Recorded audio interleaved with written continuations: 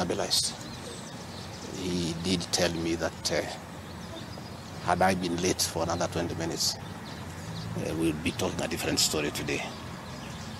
He didn't want to thank Dr. Gachagua and his team of doctors and paramedics and the nurses. They have really taken very good care of me. And he would have wanted me to stay a bit longer for further observation. But I've requested that he allows me to go home. And he thinks I'm quite stable to go home where he can look after me when from home. In any case, my home is not far away from here. And if there is any problem, I should be able to get back here. But as we speak, I'm okay.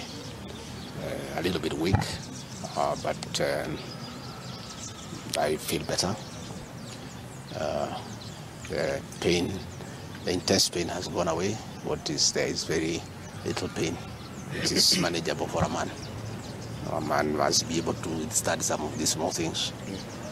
But in his assessment, I'm out of danger. But when I came in, it was very, very, very severe.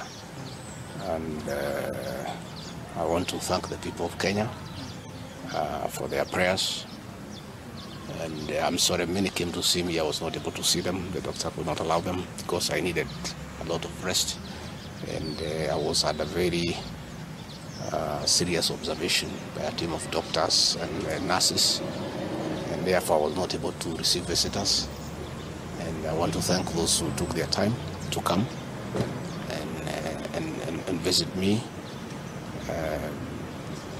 Millions of Kenyans who have been praying for me for my quick recovery. I really want to thank them and to say that I will remain forever indebted to them for their concern, for their love, and for wishing me quick recovery. Would it be unfortunate turn of events there during that particular time? Even as you were receiving treatment, a lot was going on in terms of Senate proceedings, the outcome of that.